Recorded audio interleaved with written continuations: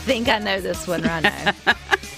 I have a small idea of what it could be. So is Teenage Mutant Ninja Turtles coming out this weekend, or has it already been out? It's been out for at least 2 weeks, maybe 3. Okay. So it came out during that period where we missed each other. But I also don't feel like it's gotten a whole lot of advertisement or PR. I feel like I've spotted it, but I don't feel like I've been inundated by it. Same. And I feel like we're going to see more and more of that with the writers and actors strike going on. You know, they can't promote their movies. And so you're used to watching The Tonight Show or, you know, daytime TV and seeing these actors and actresses promote. And they can't do that right now. Didn't think about that. Of course, it's repeat season anyway. But, yeah, it's like...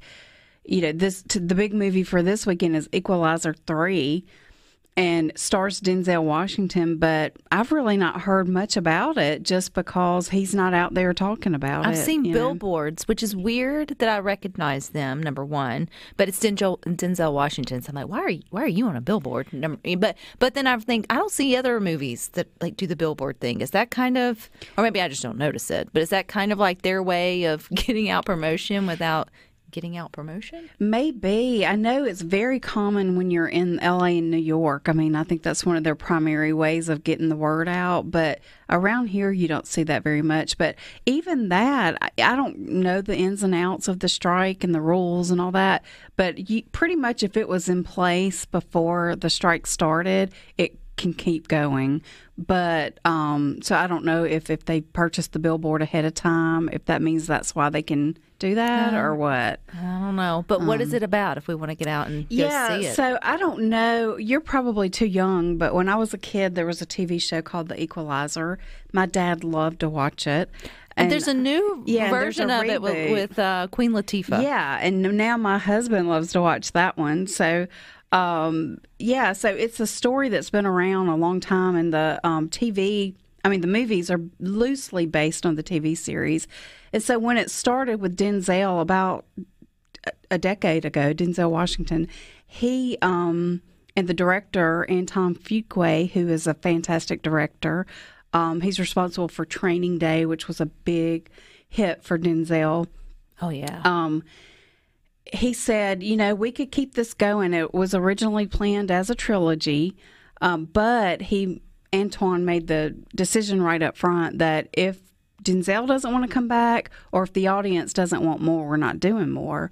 Well, here we are 10 years later with the third installment. So clearly everybody's happy. And so this one is just a continuation of Denzel's character. This time he's changed the scenery, different plot. But he is in Italy, and some of his friends are in danger and or have been lured to the dark side, I guess. And he's got to get involved and try to figure out what's going on. This one also has Dakota Fanning, which I've been a fan of her since she was a little kid. Which, didn't they work together? Yeah, they've worked together before. So, it's kind of cool. I've seen a lot of on social media pictures of them together in the first movie they did together, and then this one, and it's really cute because she was so little, She's like, what, 18, 21 She's now? Probably early 20s now. Yeah. She's got the younger sister. Or maybe it's been 18 years since they worked together. Maybe that's it. Yeah, that could be right. Yeah, it was in Man on Fire in 2004, and I'm laughing because it was so far back that I remember getting a bill when Blockbuster closed down because I hadn't returned the Man on Fire DVD. That's funny. That's okay, so funny. that has been a moment. Yeah. But yeah, so that's what's coming up. And then the fun thing about it, like you were talking about Queen Latifah in the reboot TV series, well, they're actually, even though we're in the moment with Equalizer in the theater right now, they're talking about doing a reboot with Denzel's character at a younger time. So a prequel reboot. And they're talking about casting his son to play the character, so John David Washington. So I think that would be awesome. I'm a huge fan of his too. So, okay, I am familiar with the Queen Latifah show that's come on. Is she law enforcement, or is it more of like your, Mission Impossible, not law, like good guy, but not law enforcement? Vigilante is the word you're looking for? Yeah, or is it more of like that? I've never seen it, so I can't answer that. But Gotcha. I love Queen Latifah. That's one of those shows that's on my list. No, the movie. Oh, the movie. Yeah, he's more of like a he's like a former agent, if I remember correctly. But yeah, he's one of those that's kind of lurking in the shadows. Gotcha. Taking care of business. Yes, gotcha. Yeah. But yeah, so that's really the only big movie coming out this weekend. Last week we briefly talked about the Bat Mitzvah movie. I watched it. I did too. I went back and finished it. It was funny. You are so not invited. I was blanking out on the title for a second. But this is Adam Sandler's highest rated Rotten Tomatoes movie ever. I mean, people are loving it. They're embracing because it. It's very relatable. It's very relatable, and even if you're not Jewish, right? Like, and even if you're, the thing I liked the most about it was the fact that it shined a spotlight on some of the rituals and updated. You know, every movie we see where there's a bar mitzvah or something, it's always it's not modern. You know, looking through what's actually happening now, because the traditions update just like anybody else. I mean, any other culture, like weddings, and so it's fun. I thought it was just a very sweet love letter to the Jewish community, and I'm not sure what I was expecting. I think I thought Adam would be more present in the movie, and he's really just kind of in the shadows, and I liked that. And I thought his daughters are fantastic actors, and it is based on a book, and I didn't realize that. I thought it was an original screenplay. But anyway, a lot of fun, and I think it's definitely worth checking out. It's definitely PG-13, and I would say I wouldn't have let Neely watch it for just a few scenes, but not because of nudity or anything like that. Just really now it's so close to what she may be dealing with in middle school, but not quite middle school this year. Maybe a few years removed. But I was like, we're not going to rush this. But I thought it was hysterical. I laughed, I cringed. The parents were relatable, the whole faith part to it, even though, we're not Jewish, but still just the it was very relatable. I thought so too. And, I kind of want to see it again. I had started it when we met last week and went home Friday night and finished it. And I was very glad I saw it.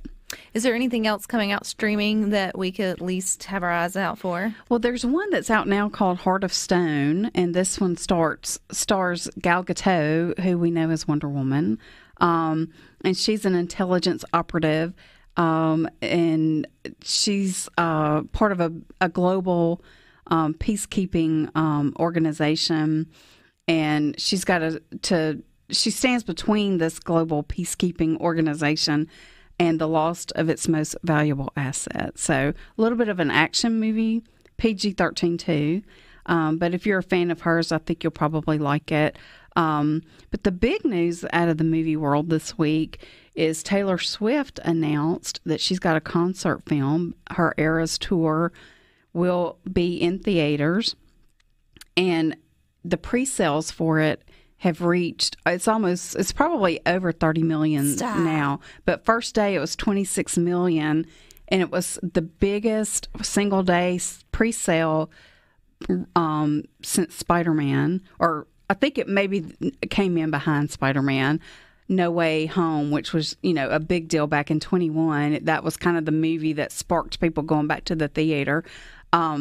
So it was such a huge phenomenal deal. Businesswoman. They've added more shows, just like a real concert. And I'm not lying. I'm not going to lie. I'm going to see it. I can't wait. Well, I won't talk bad about, well, not publicly, for paying $10 or so to go watch the movie sort of version of it versus these folks who were dropping $2,000-$3,000 on tickets to sit in the nosebleed section. I mean, it is your discretional income, not mine.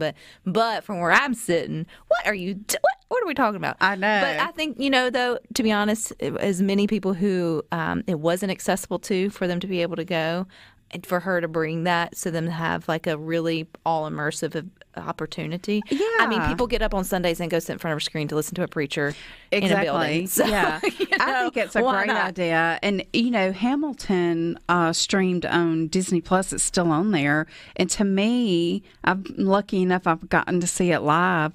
The Disney viewing is much more better because you get to see everything. You get to see them up close, and you don't always. When does get that happen? It's October 13th, and 13 is her lucky number. It's also my wedding anniversary. Yeah. I don't think I'm going to talk him in. I think you should go. I don't think I'm going to. 16 years of marriage will be our last. Will be our last. All righty. Well, Tanya, I appreciate that. All right, you guys stick with us. We got more for you coming up next.